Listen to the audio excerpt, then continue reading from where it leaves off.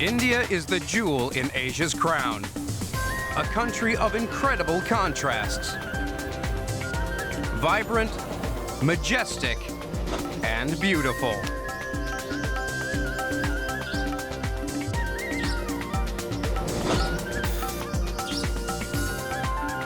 Our experts have selected the 10 Indian animals tourists most want to see.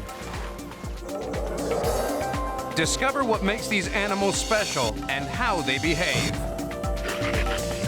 Find out where to get up close and meet India's wildlife greats for yourself.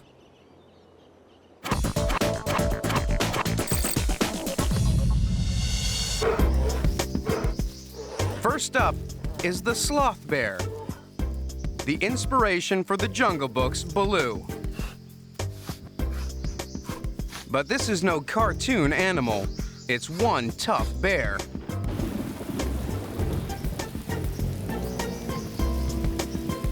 It's out foraging in the toughest weather, a time when most bears would hibernate.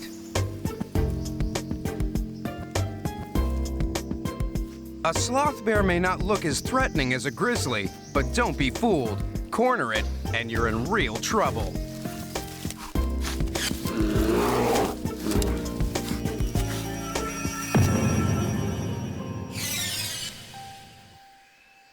One of the best places to see them is in the forests of Palamau National Park in Bihar.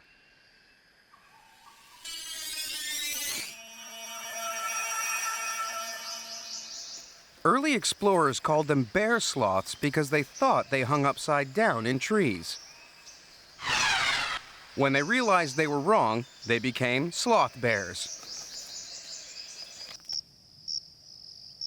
If you want to see a wild one, be prepared to stay up late. They're most active in the evening.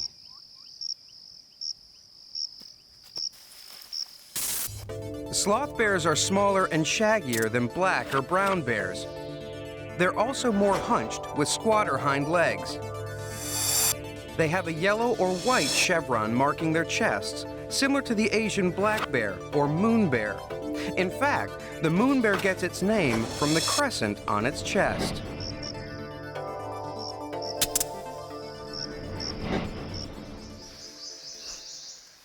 Young sloth bears enjoy each other's company.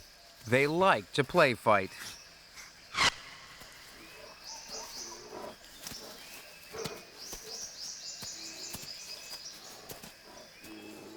It's useful preparation for defending territory when they're older.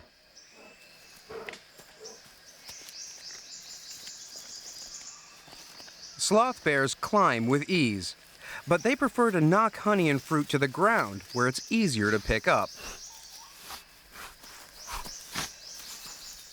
There are many insects on the forest floor. Termites are a favorite food, but come packaged in hard earth mounds. So how does the sloth bear reach them? Step 1. Sniff out the mound with your long nose.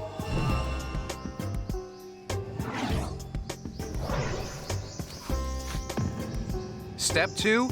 Rip into it with your long curved claws. Step 3. Stick your snout in, keep the nostrils shut, and blow.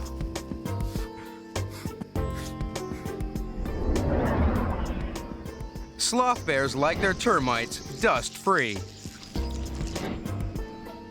Step 4, suck them up through the gap in your front teeth.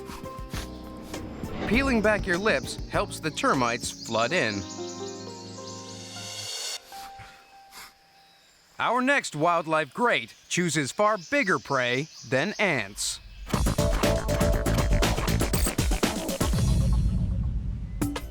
Think of leopards and you think of Africa.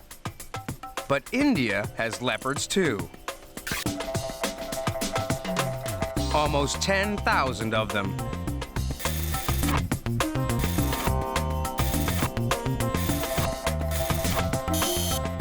These loners are so adaptable, if you look hard, you'll find them just about anywhere. From thick forests to open country, and even large cities like Mumbai.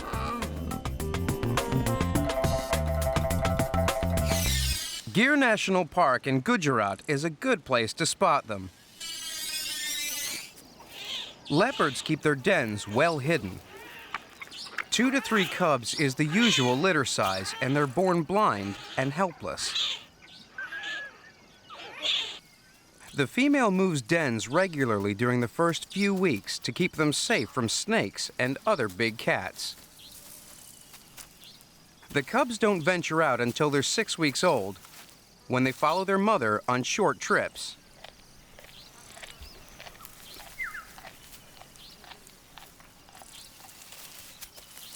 At 4 months, they'll join her on hunting trips to learn the tricks of the trade.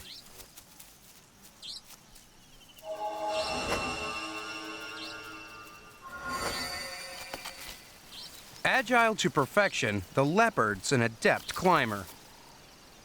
In the heat of the day, it likes to rest a long way from intruders, where it can't be disturbed. The topmost branch of a tall tree is ideal. Lurking in the dry grasslands below is a much larger predator, a relic from an ancient population.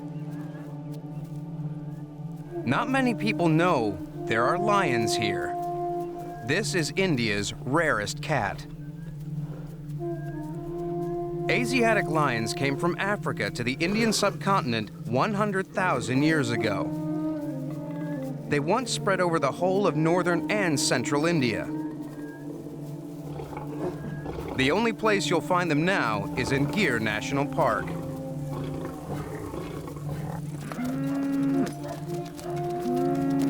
Cattle also share the park. Local farmers must be vigilant because the lions are hungry cattle killers.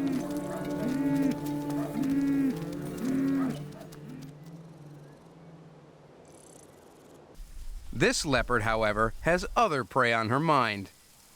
An adult chital deer weighs as much as a man and makes a hefty meal.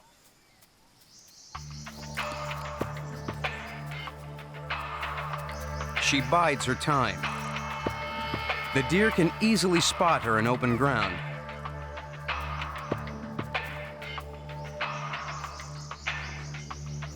They'll have a head start in any attack. She needs to get close without being seen.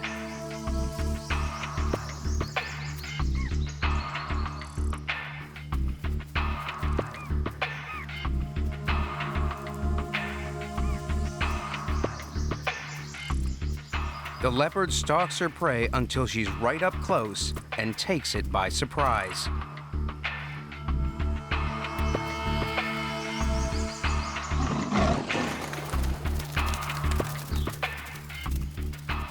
Of all the big cats, the leopard is the most powerful pound for pound.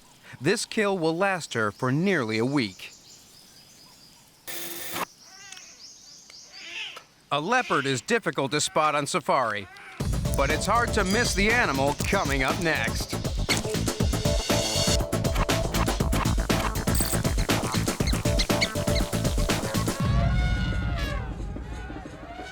In India, all animals are sacred. And one of the most unlikely creatures has a temple to itself. In Deshnuk, in western Rajasthan, is the temple of Hindu deity Karni Mata, home to thousands of black rats.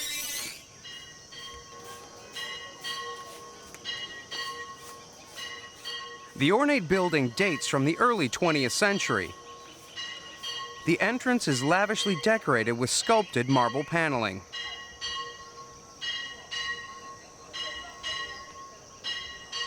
Here people flock to pay their respects to the rats living among the statues and shrines.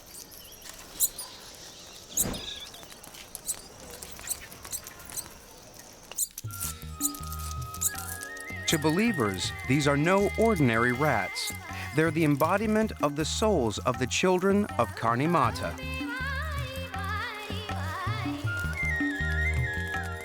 Karni Mata was a 15th century mystic and an incarnation of Durga, the divine mother goddess. The story goes that Karni Mata tried to restore a dead child back to life. but was blocked by Yama, the god of death.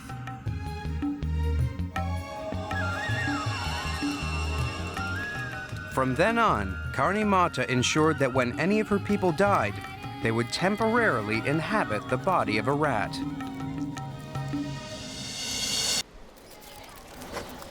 That's why these rodents are so revered. They embody the spirits of children who may be reborn in the next life as sadhus or holy men.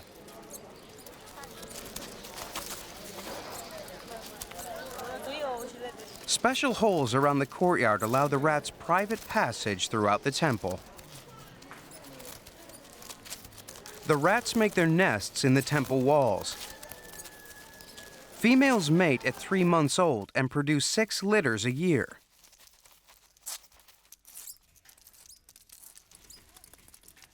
Just 10% survive, keeping the numbers in check. Only the fittest make it to adulthood.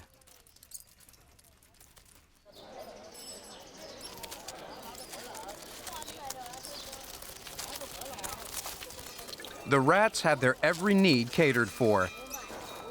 They have a luxury place to live and are fed milk, grain, and bread by visitors.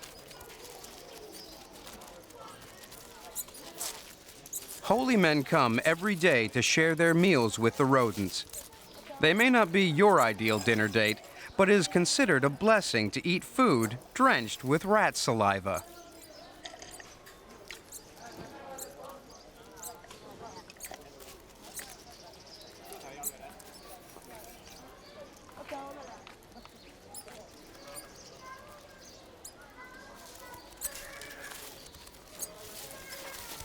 These black rats live in harmony with their human devotees. Surprisingly, few of the worshippers get sick after lunch at the temple.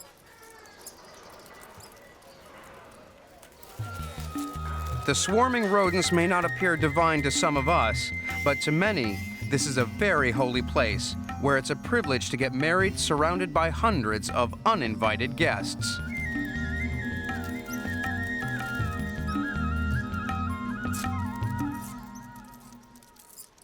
Rats are not the only animals considered holy in India. Here are our 5 favorite animal deities. Nandi, the white bull, represents strength and virility. He escorts Shiva, the destroyer and regenerator of the universe. Garuda is the god of the birds, with the body of a man and the head and wings of an eagle. He carries Vishnu, the preserver of the universe. Hanuman is revered for his intelligence. He is a monkey with a sorcerer's powers. Sheshnag is the serpent god of 1,000 heads. Vishnu sleeps on a bed of his coils. Finally, there's Ganesh, the much-loved god with the head of an elephant and the body of a man. He is brave, loyal, strong, and gentle, and forgets nothing.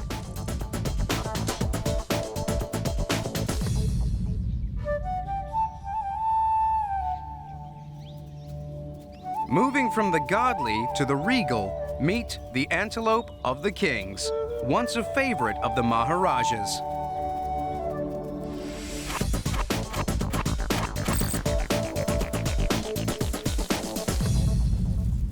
Blackbucks lead a heated territorial life on India's grassy plains.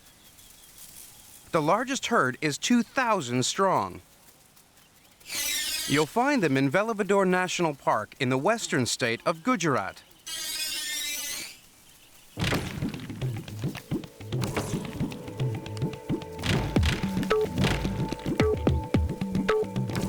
Come here in February and you're in for a fantastic display. This is when males compete for land to lure the does in heat. Meet the king of the antelopes, a dominant buck. He's an old-fashioned monarch whose aim in life is to guard his territory and maintain a harem. He marks the center of his kingdom with a dung pile,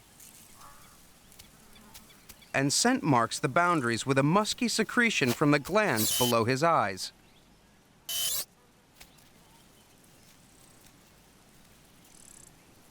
Everybody wants to expand their empire. It's a battle for real estate. Territories are packed together and are little bigger than a basketball court. Each male's itching to get a slice of his neighbor's land, including this subordinate male, who's out to challenge the dominant buck.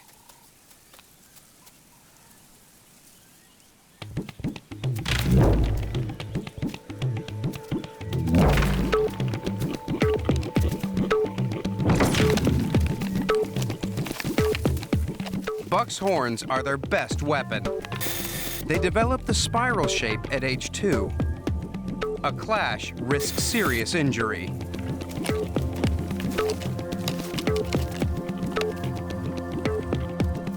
Finally, our dominant male holds his own and chases the challenger off. His success has not gone unnoticed.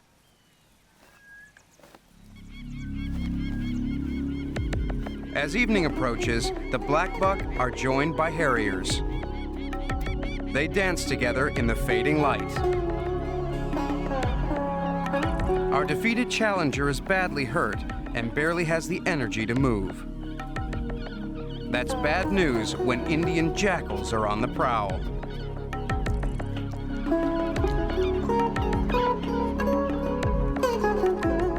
Day breaks, and the subordinate males not made it through the night. This is a good season for jackals to gorge themselves, and harriers get to pick at the scraps. Triumphant, our dominant male sits pretty in his territory. If a doe is to reach him, she must first fend off lesser suitors on the way.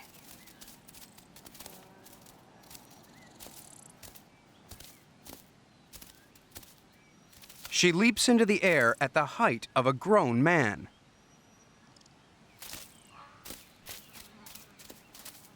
An impressive dung pile is as attractive to her as the sweetest aftershave. Our buck is heavily in demand.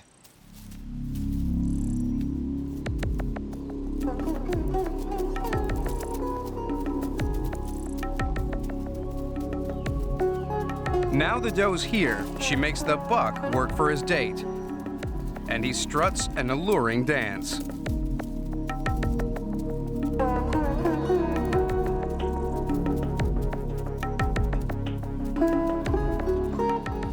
Success, and the king and his mate are together at last.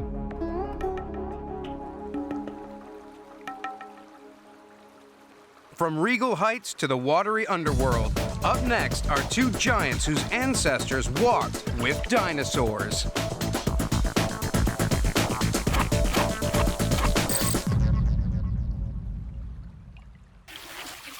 Meet two of the world's largest crocodiles, the mugger and the narrow-nosed gharial. The menacing mugger is a titan amongst freshwater crocs, at over 16 feet or 5 meters long. Gharials are bigger still, at up to 23 feet or 7 meters.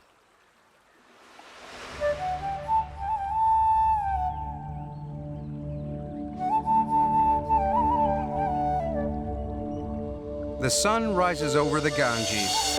Hindus believe these holy waters cleanse their souls. Bathers have no idea India's largest freshwater crocodile lurks below.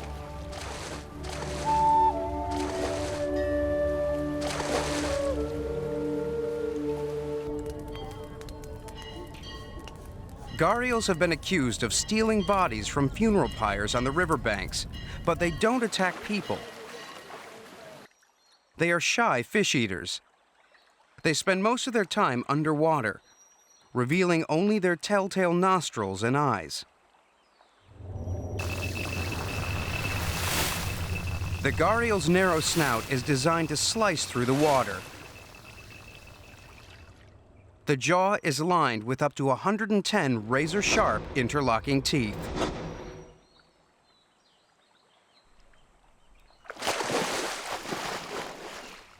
Once it seized a fish, the gharial lifts its head out of the water to reposition the prey for swallowing.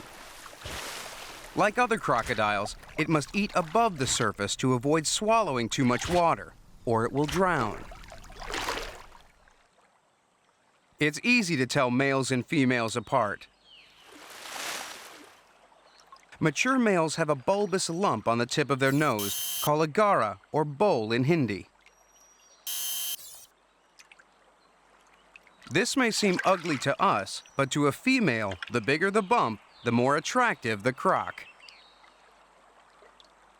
The gara also acts as a bubble-blowing device, all important for attracting females during courtship.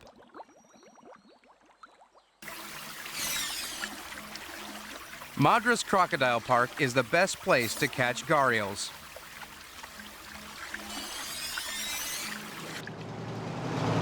It's also a great location to see some truly ruthless killer crocs, the muggers. These serious-looking reptiles won't steal your purse. The name mugger comes from a Hindi word meaning mysterious sea creature. Unlike gharials, they will attack humans, but that doesn't mean other predators leave them alone. When this mother croc goes out to hunt, she leaves her nest open to another reptile. Fresh crocodile eggs are a real favorite for a monitor lizard. A monitor's unusual in risking such a heist. Crocodiles don't negotiate when it comes to defending a nest. They'll snap at anything that comes too close.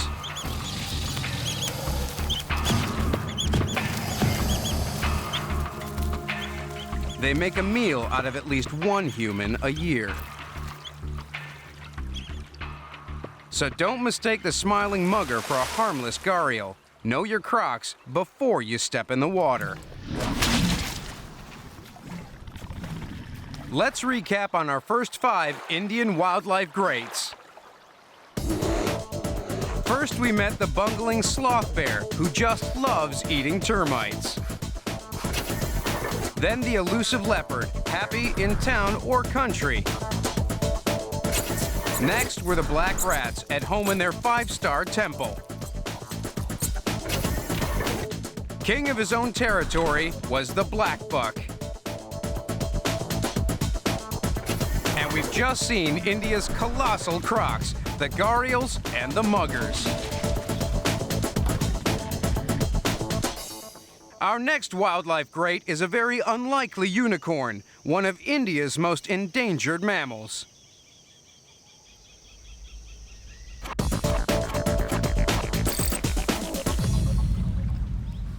This animal would put a knight in shining armor to shame.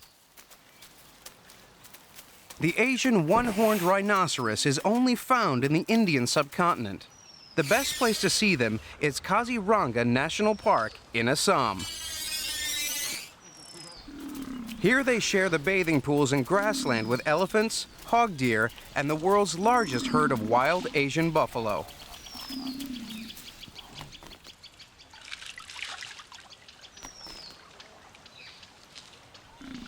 Mynah birds use rhinos as feeding platforms, picking ticks and other parasites off their backs. They follow the rhinos as they graze, snacking on insects stirred up in the grass. Male rhinoceros unicornis weigh in at well over the weight of an average family car. So how do you tell this rhino from its cousins? Look at the horn. The Indian rhino, like the Javan rhino, only has one horn. The African black and white rhinos and Sumatran rhino all have 2 horns. The mouth tells you what the rhino eats. The Indian and Javan rhino have pointed mouths and overhanging top lips. They can tackle many different plants. The African white rhino has a square lip designed just for grass. The Indian rhino's skin is unique. It's armor-plated. The shields are formed by heavy folds of skin at the shoulder and hindquarters, making it look prehistoric.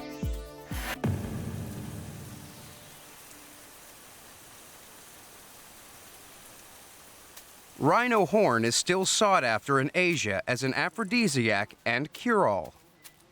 Made of densely matted hair and as long as a carving knife, it's quite a weapon.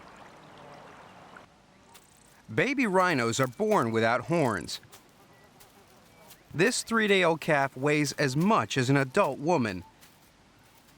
But seen next to his mother, he still has a lot of growing to do. At 18 months, he stops suckling and moves on to eating grass and leaves.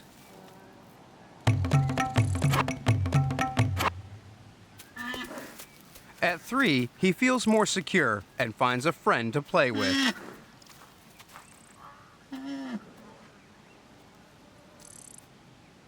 For a male rhino, defending a territory is a smelly business. Boundaries are sprayed with urine, and dung is built into enormous piles. The dung heap is a warning signal to rivals, but a magnet for insects.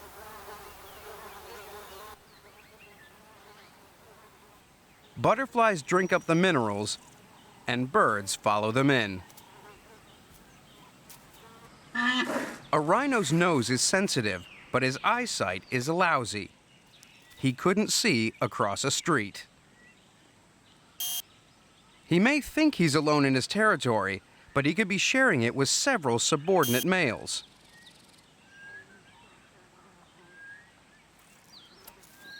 These trespassers are pushing their luck. If they get too near, the dominant male can become dangerously aggressive.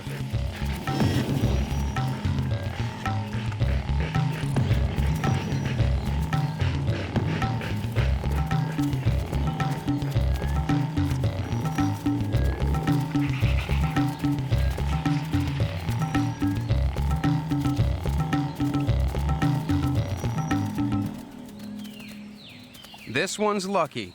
An angry rhino can kill if provoked. And don't think you're safe in a vehicle. Get too close or surprise one, and that horn can pierce metal.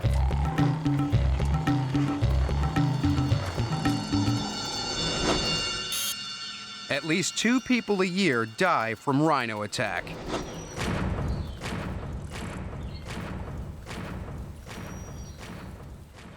Tick-pecking miners are often found atop a rhino, but here are 5 other Indian birds to look out for.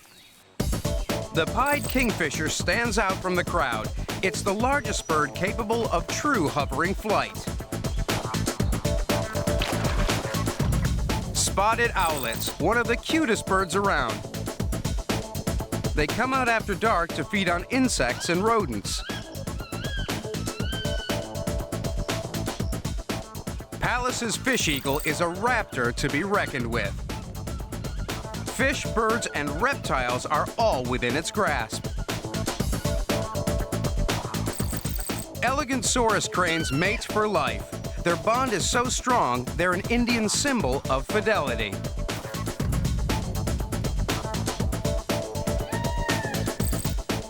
Lastly, the peacock, known as the bird with 100 eyes. The wheel-like tail represents the cosmic cycle and the all-seeing sun. Peacocks have great flair, but coming up next are the animals that are top of the tree when it comes to character.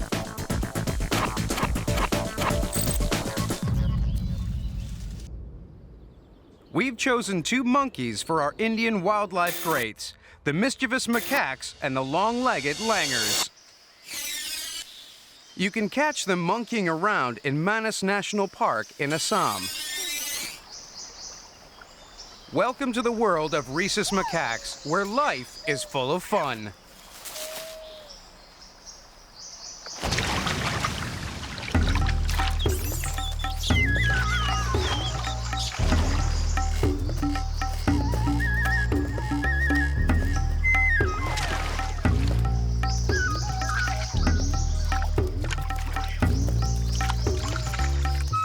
Macaques are social animals. They gather at the river's edge to lick salts from the stones on the shoreline. But when it comes to meal times, the macaques move up to the trees. One of their favorite foods is the flower of the leafless flame of the forest. They peel back the petals and eat only the sweet stamen inside. Some of the stamens are stored in special cheek pouches so they can save them for later.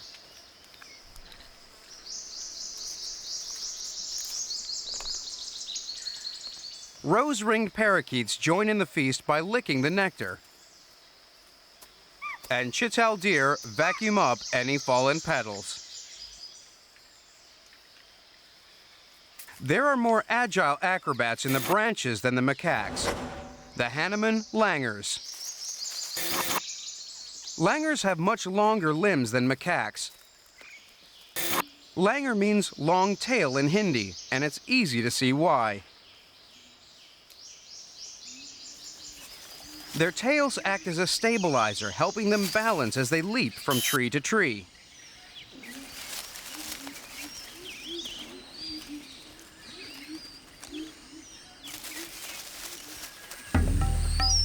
Hanuman langurs share the forest of eastern India with a more primitive relative, the slow loris.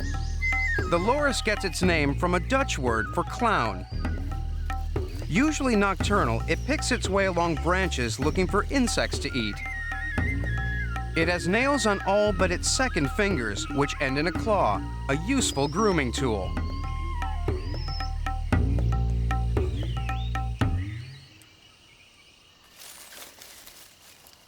Hanuman langurs come down from the trees to drink, pick up fallen fruit, or replenish body salts by licking earth. They won't stay long, though, if our next animal's lurking in the leaves.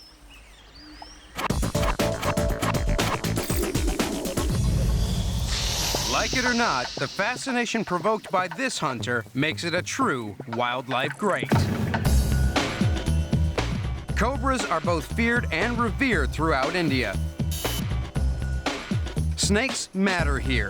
The country's full of them, 238 species in all. Cobras are the most poisonous. There's the spectacled cobra, the monocled cobra, and the king cobra. Our first slippery serpent is the spectacled cobra, the most celebrated of all snakes in India. It's also one of the most deadly.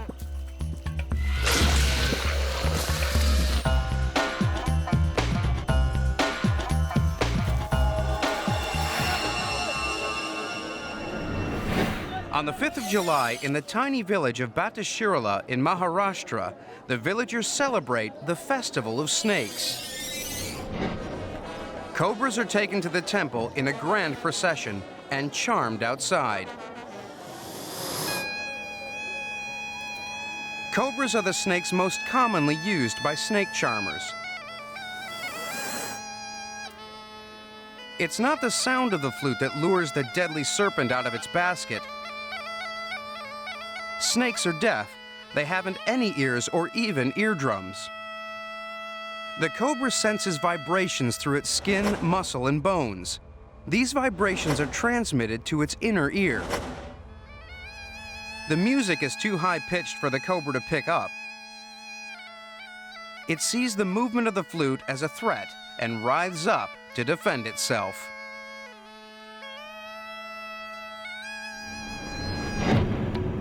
Cobras spread their hoods when they're aggravated.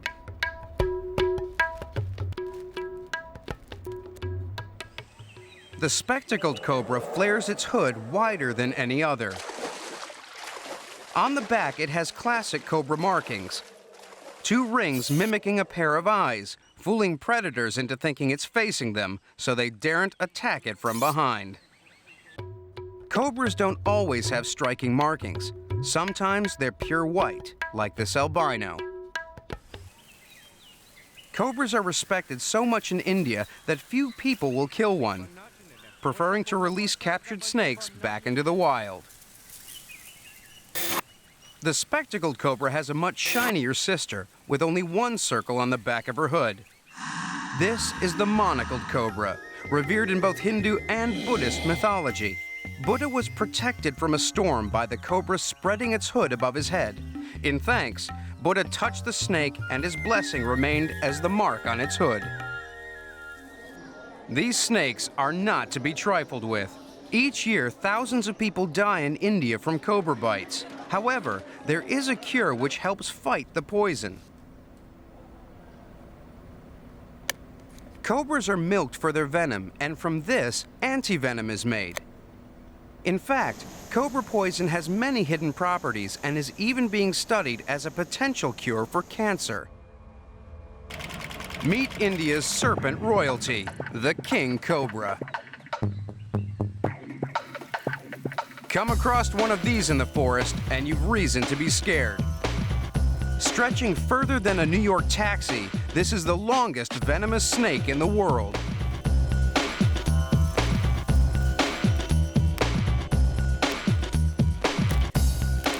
These tiny king cobra babies push their way out of their eggs with their heads. Juveniles are black with yellow stripes, which fade as they get older. This one's only as long as a ruler and may look harmless, but its bite is just as venomous as an adult's. You may think you look tasty, but a king cobra has only one thing on his lunch menu, and that's other snakes. He hunts out his prey using his forked tongue to taste their scent in the air.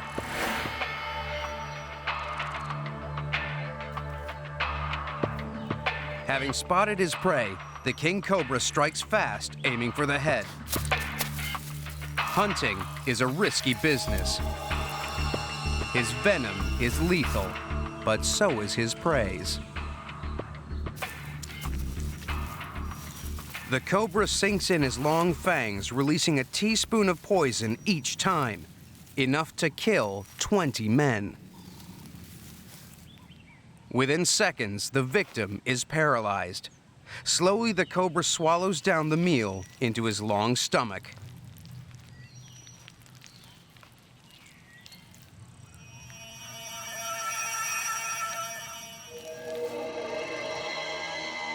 There's such a huge variety of snakes in India, it's no wonder they play such a big role in Indian folklore. Deadly Indian cobras are difficult to spot, but you won't miss our next animal about town.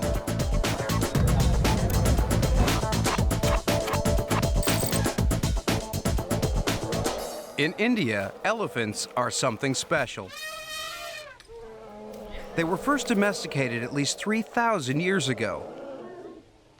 A highly intelligent animal, the elephant is respected and worshipped throughout the country, participating in many Hindu festivals. The mahouts who train the elephants stay with them for life, building an extremely strong bond. Elephants are still used today for logging and to transport goods and people. So how do you tell an Indian elephant from its African brothers? The elephant is the largest mammal in India. It weighs in at 5.5 tons, and a fully grown bull elephant can be up to 11 feet or 3 meters tall. African elephants, however, are 40% bigger and 30% taller. The most well-known difference between these two giants is the size of their ears. Our Indian elephants are smaller. An elephant's trunk is its best-known trademark. It's made up of 40,000 different muscles and not one bone.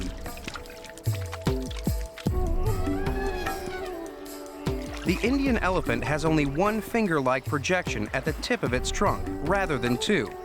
However, our Indian elephant is much better at using its trunk than the African ones. Its trunk muscles are better coordinated. Elephants walk on tiptoe. Only the very end of their toe bones touch the ground. Their heel bones rest on a fatty cushion to help spread the weight. A good place to see a herd of wild elephants is the lakes of Periyar National Park in Kerala.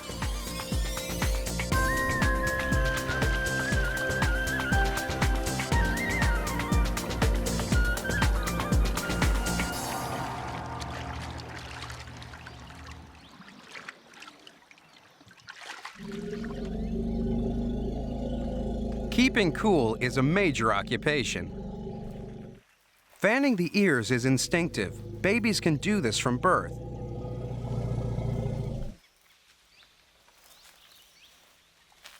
That's more than can be said for the trunk. This little calf doesn't seem to have got the hang of using his best asset. An Indian elephant's pregnancy lasts 22 months. A newborn calf is twice as tall as a human baby, but 38 times its weight. Babies suckle with their mouth, not their trunk, and take 10 years to wean. Young calves have a careful eye kept on them by their mothers and other females in the herd. Elephants communicate mainly by touch and making deep grumbling sounds that are amplified inside their trunks. They can hear far deeper sounds than we can detect. They communicate across long distances and talk to each other by infrasonic calls, which can travel through the ground and be heard 6 miles or 10 kilometers away. But when it comes to affairs of the heart, communication breaks down. Bull elephants can get aggressive when they're after females.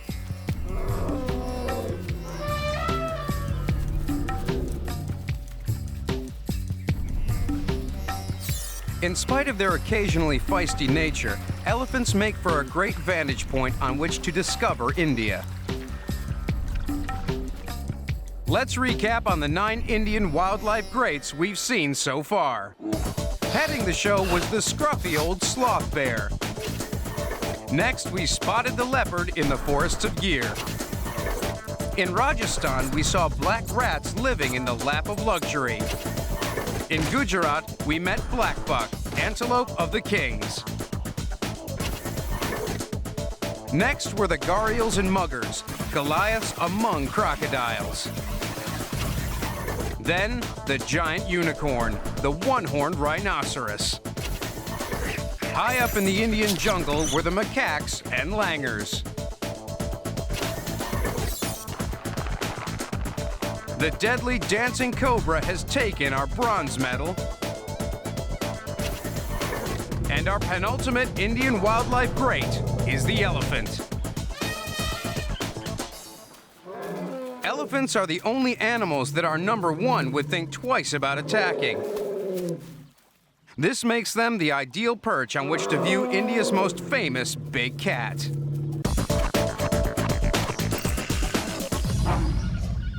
Our ultimate wildlife great is the jewel in India's crown, the Bengal tiger. A symbol of India's wilderness, 100 years ago, there were 40,000. Today, only 3,000 remain. Bengal Tiger Reserve in Madhya Pradesh is a superb place to see them.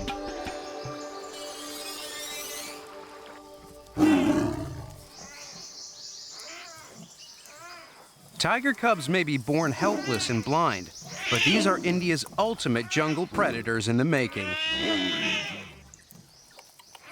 Let's discover what these cubs will need to become perfectly designed killers.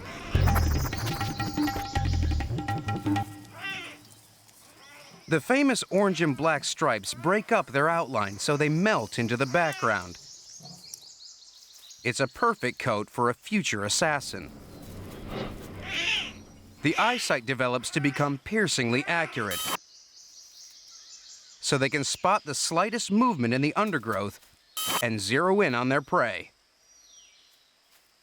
Tigers are silent stalkers. Huge paws and careful balance will help the cubs edge their way quietly through the undergrowth. they will develop huge muscles in their limbs.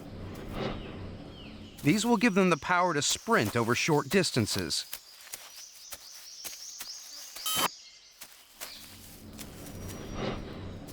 In the future, the razor-sharp claws will help the cubs latch onto prey and bring it down. The cub's canines, now barely visible, will grow to be nearly 10 times the length of ours.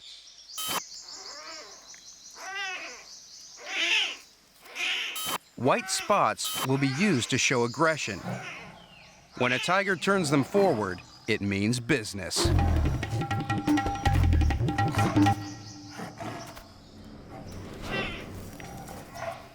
As adults, they will hunt alone like their mother.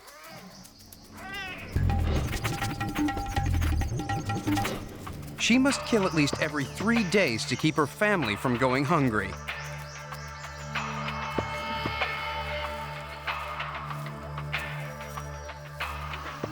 To a tiger, these langurs are fair game, especially on the ground.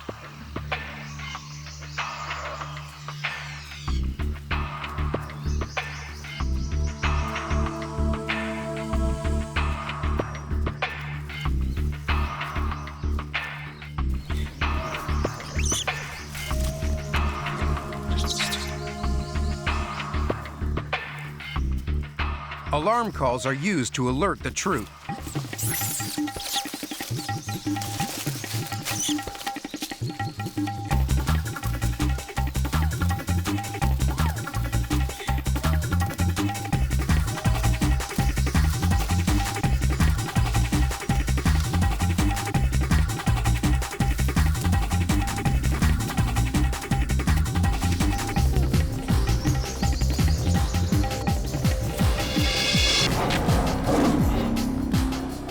The tiger's too quick for a juvenile. Her canines kill instantly.